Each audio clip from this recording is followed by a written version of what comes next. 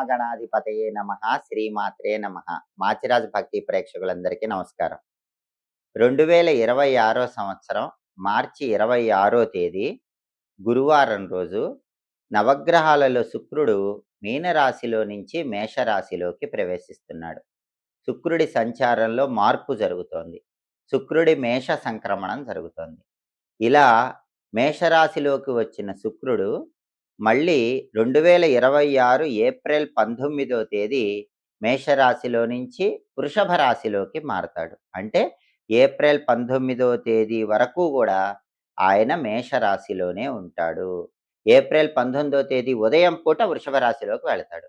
కాబట్టి ద్వాదశ రాశుల వారికి ఈ శుక్రుడి సంచారంలో మార్పు ప్రత్యేకమైన ఫలితాలను కలిగింపజేస్తుంది.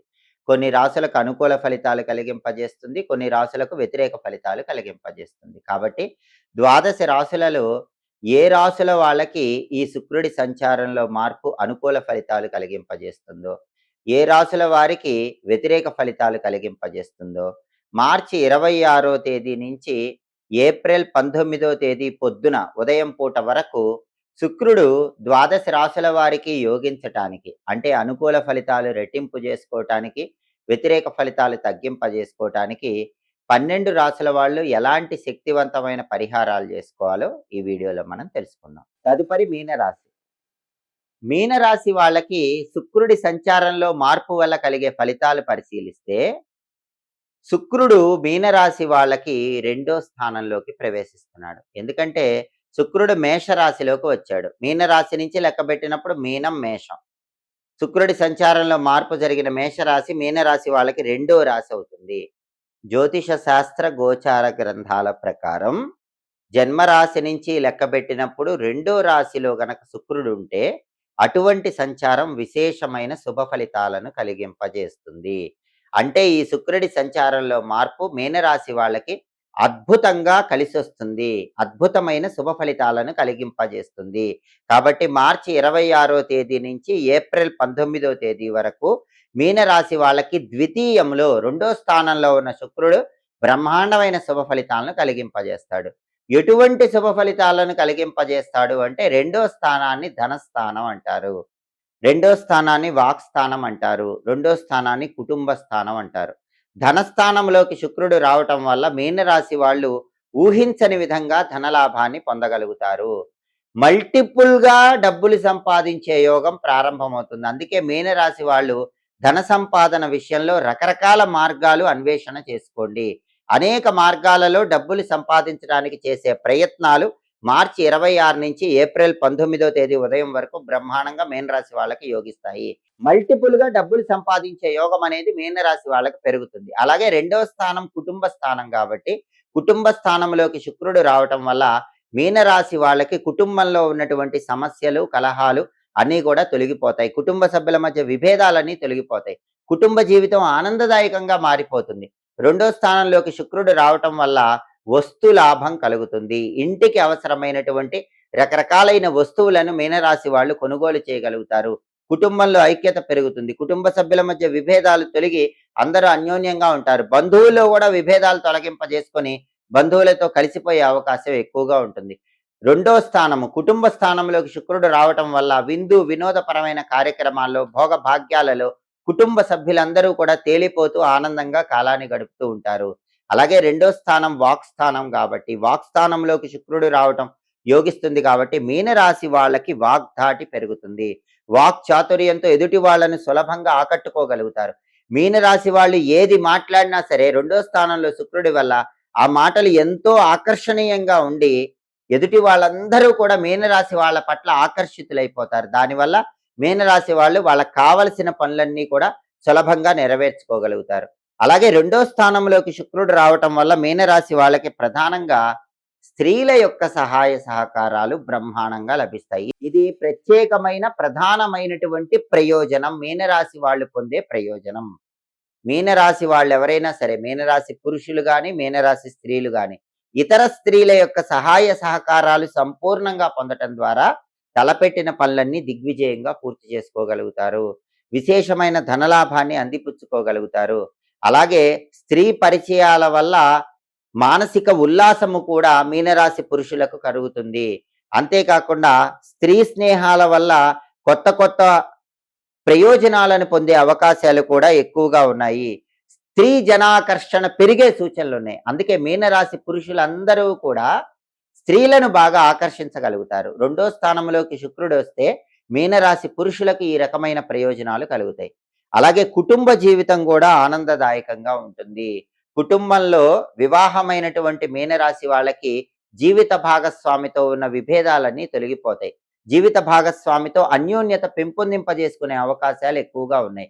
అలాగే విందు వినోదపరమైన కార్యక్రమాల్లో పాల్గొంటారు. ఉల్లాసంగా, ఉత్సాహంగా కాలాన్ని గడుపుతూ ఉంటారు.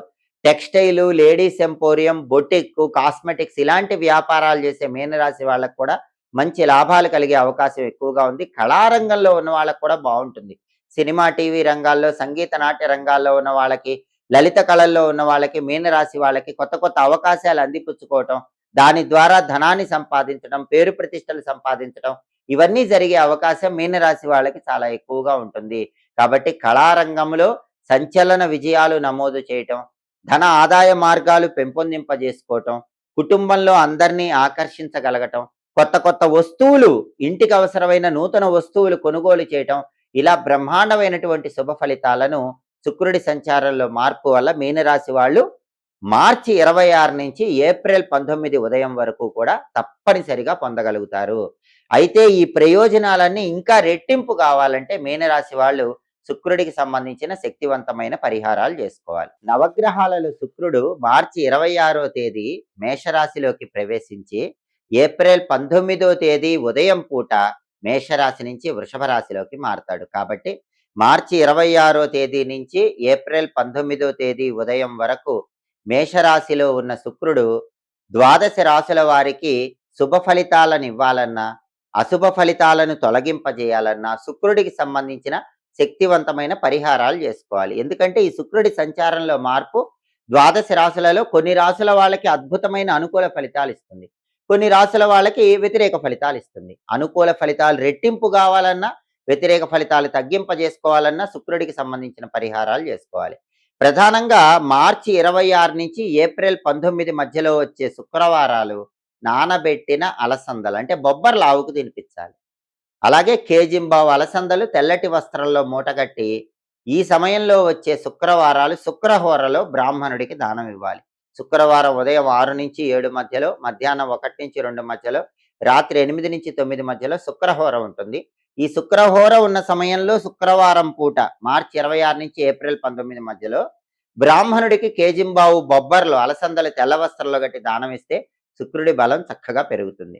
అలాగే వీలైతే ఏదైనా ఒక శుక్రవారం ఈ సమయంలో ఒక అరటి ఆకులో కేజీ బియ్యము, తెల్ల వస్త్రాలు, సెంటు బాటిలు, కుంకుమ పువ్వు ప్యాకెట్ ఉంచి మధ్యాహ్న సమయంలో దానం ఇస్తే శుక్రుడి బలం కొన్ని ఎక్కువ రెట్లు అద్భుతంగా పెరుగుతుంది. అంటే శుక్రుడి బలం పెరగటానికి బొబ్బర్లు, అలసందల దానం మంచిదే. కానీ ఈ అరిటాకులు, ఈ వస్తువులన్నీ ఉంచి దానం ఇస్తే ఫలితం అనేది ఇంకా చాలా ఎక్కువగా ఉంటుంది. అలాగే శుక్రవారం పూట ఈ సమయాల్లో వచ్చే శుక్రవారాలు ఉపవాసం ఉంటే మంచిది.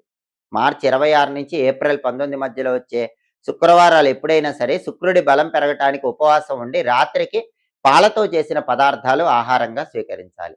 అలాగే ఈ సమయంలో వచ్చే శుక్రవారాలు ఈ పరిహారాలు ఏవి చేసుకోలేని వాళ్ళు ఓం ఘం శుక్రాయ నమః అనే మంత్రం 20 సార్లు చదవండి చాలు.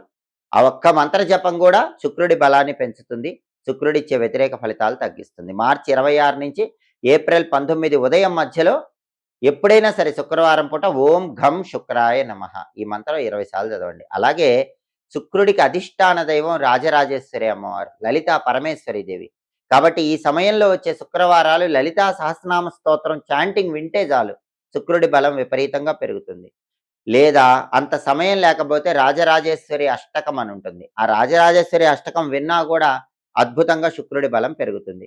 అయితే లలితా సహస్రనామ స్తోత్రము, రాజరాజేశ్వరి అష్టకం వీటిని వినటం వీలు కాని వాళ్ళు, అంత సమయం లేని వాళ్ళు దానికి ప్రత్యామ్నాయంగా అమ్మవారికి సంబంధించిన ఓం రాజరాజేశ్వరి రాజ్యదాయిని రాజ్య వల్లభాయై నమో నమః అనే మంత్రాన్ని 20 సార్లు శుక్రవారం పూట ఈ సమయంలో చదవండి. ఏప్రిల్ 19వ తేదీ వరకు, మార్చి 26 నుంచి ప్రారంభించి ఎప్పుడు శుక్రవారం వచ్చినా సరే ఆ రోజు ఓం రాజరాజేశ్వరి రాజ్యదాయిని రాజ్య వల్లభాయై నమో నమః 20 సార్లు చదవండి. శ్రీమాత్రే నమః చదువుకుంటే కూడా చాలా అద్భుతమైనటువంటి ఫలితాలు కలుగుతాయి. ఇలా శుక్రుడికి సంబంధించిన శక్తివంతమైన పరిహారాలు చేసుకొని, శుక్రుడి మేష సంక్రమణం వల్ల ఇబ్బందులు ఎదుర్కొంటున్న రాసుల వాళ్ళు ఇబ్బందుల నుంచి బయటపడండి. యోగించే రాసుల వాళ్ళు మీకు యోగించే విషయాలన్నీ ఇంకా రెట్టింపు శుభ ఫలితాలు వచ్చేలాగా శుక్రుడిని ప్రసన్నం చేసుకోండి.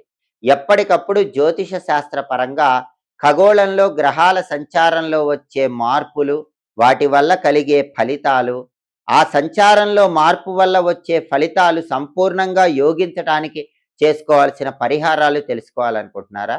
అయితే మాచిరాజు భక్తి ఛానల్ తప్పకుండా చూడండి. మా వీడియోస్ మీకు నచ్చినట్లయితే మా ఛానల్ లైక్ చేయండి, కామెంట్ చేయండి. మా ఛానల్ వీడియోస్ 10 మంది మిత్రులకు షేర్ చేయండి. మా ఛానల్ సబ్స్క్రైబ్ చేసుకోండి. పక్కనున్న బెల్ సింబల్ నొక్కటం మాత్రం మర్చిపోకండి. సర్వే జనాః సుఖినో భవంతు. స్వస్తి.